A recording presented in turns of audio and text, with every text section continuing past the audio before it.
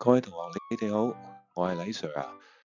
今日輪到咧，我為大家做一個好書推介。未開始之前咧，我想考下大家喎，你知唔知道呢兩個字點讀咧？其實咧，我都唔識嘅。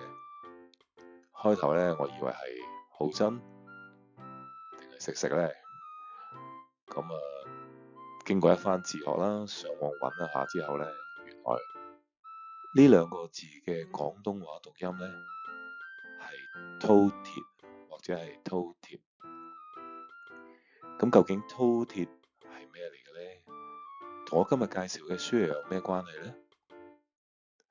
原來咧，饕餮係中國古代神獸其中一種，佢嘅特點咧係極度貪食貪婪，甚至咧有傳說話咧，佢因為太過貪食咧，而將自己嘅身體都吞埋，剩翻個頭喎。所以咧，有時會用饕餮咧嚟形容貪婪或者貪食嘅人。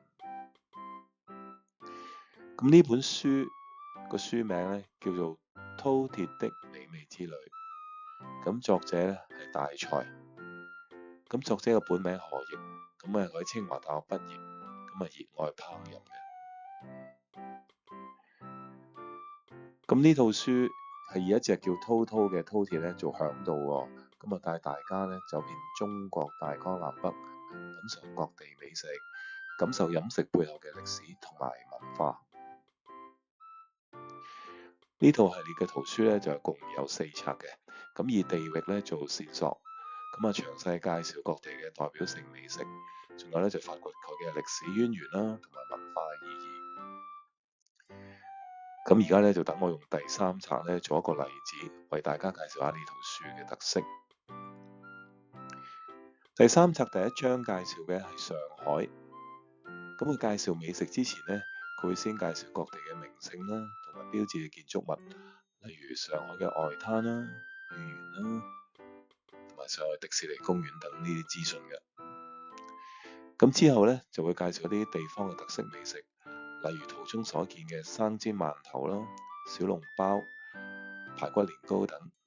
咁咧佢係以精美嘅插圖啦、生動嘅敘述，同大家呈現中國飲食嘅多樣性同埋獨特性。除此之外咧，每章咧仲有一個精選嘅食譜喎。如果同學有興趣嘅咧，可以同阿饕饕一齊咧製造一啲地道嘅美食，體驗一下中國嘅特色風味。每一冊咧都會介紹唔同地方嘅美食。如果同學想睇下佢呢本書點樣介紹香港嘅美食咧，咁咧你就要借饕餮嘅美味之旅第4冊嚟睇下。